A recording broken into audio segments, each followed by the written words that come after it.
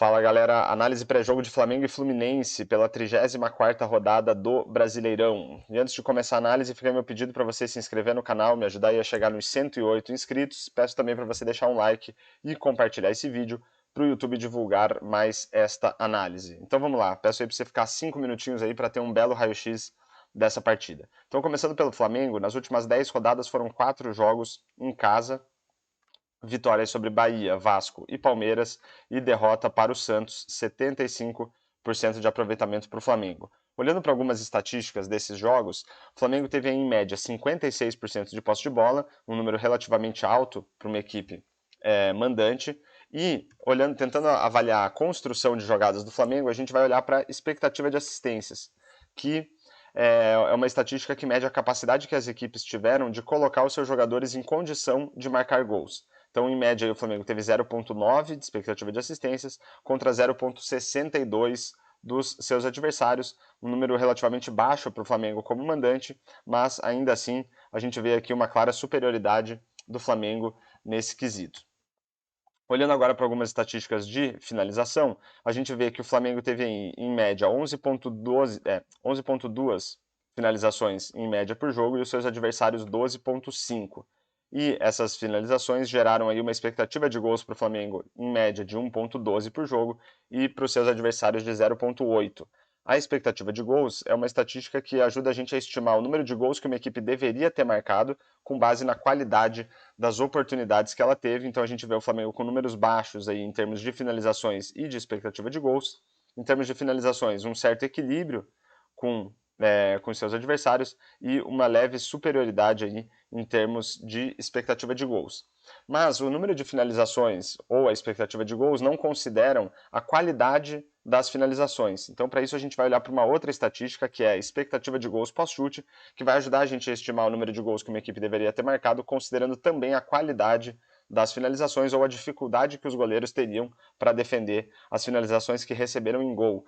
Então aí a expectativa de gols do Flamengo sobe para 1,49 em média por jogo e dos seus adversários cai para 0,52. Então o Flamengo já passa a ter um número mediano aqui de expectativa de gols e uma superioridade clara aqui em relação aos seus adversários. E em termos de gols efetivamente marcados, a gente vê que o Flamengo marcou em média 1,5 gols por jogo e os seus adversários 0,5. Então a gente vê aqui, pelo menos desde a expectativa de gols até número de gols marcados, o Flamengo aí com uma superioridade clara em relação aos seus adversários e também tem ido melhor nas construções, né, com uma expectativa de assistências também em média superior aos seus adversários. Agora olhando pelo lado do Fluminense.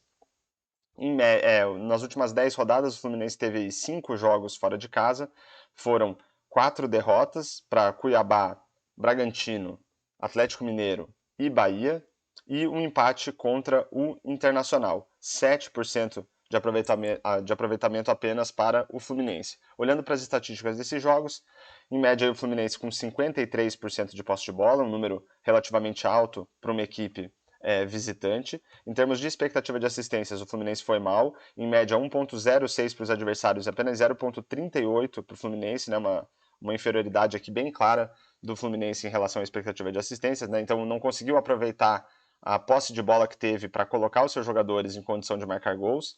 Em termos de finalizações, em média, os adversários tiveram 16,8 contra 11 do Fluminense, um número mediano, e que geraram aí uma expectativa de gols para os adversários de 1,23 em média por jogo e para o Fluminense 0,55. Então, um número baixo aqui de expectativa de gols para o Fluminense, né, e uma inferioridade aqui mais uma vez clara do Fluminense em relação aos seus adversários. Considerando a qualidade das finalizações, a expectativa de gols dos adversários praticamente se manteve em 1,24 por jogo e do Fluminense cresceu um pouquinho para 0,71, mas não o suficiente para equilibrar essa expectativa de gols. E o que mais chama atenção é o número de gols efetivamente marcados. Aí, em média, os adversários tiveram 1,4 gols marcados por jogo e o Fluminense 0. Então são 5 partidas fora de casa em branco pelo lado do Fluminense. Então a gente vê aqui no geral, né, nas estatísticas talvez que mais importem aqui, desde a expectativa de assistências até número de gols marcados, o Fluminense sendo aí consistentemente superado na média pelos seus adversários. E para fechar a análise, eu trago aqui um palpite, né, ou uma análise aqui de palpites para o resultado do jogo, só reforçando aqui que a ideia não é incentivar nem recomendar apostas. Então o que eu fiz? Eu simulei aqui 10.000 jogos entre Flamengo e Fluminense, considerando aquilo que as duas equipes produziram em termos de expectativa de gols nessas partidas e também deixaram seus adversários produzirem. E no segundo momento eu olhei para a expectativa de gols pós-chute para fazer a análise. Então, começando pela expectativa de gols, a gente vê aqui um favoritismo para o Flamengo na partida. 49% de chance de vitória para o Flamengo, 30% de chance de empate e 21% de chance de vitória do Fluminense. Os resultados mais frequentes aqui na análise foi 1-0 para o Flamengo, com 18%, empate em 0-0 com 13% e depois vitória do Flamengo por 2-0. E quando a gente considera também a qualidade das finalizações, esse favoritismo sobe ainda mais para o Flamengo, 58% de chance de vitória, 27% de chance de empate e apenas 15% de chance de vitória para o Fluminense.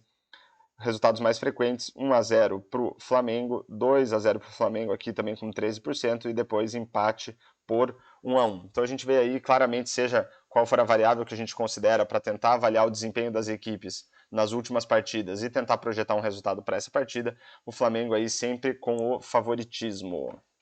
Então, fechamos aí mais uma análise pré-jogo de Flamengo e Fluminense. Espero que vocês tenham gostado e fica meu pedido novamente para você se inscrever no canal, deixar um comentário, um like e compartilhar esse vídeo para o YouTube divulgar mais esta análise. E falou!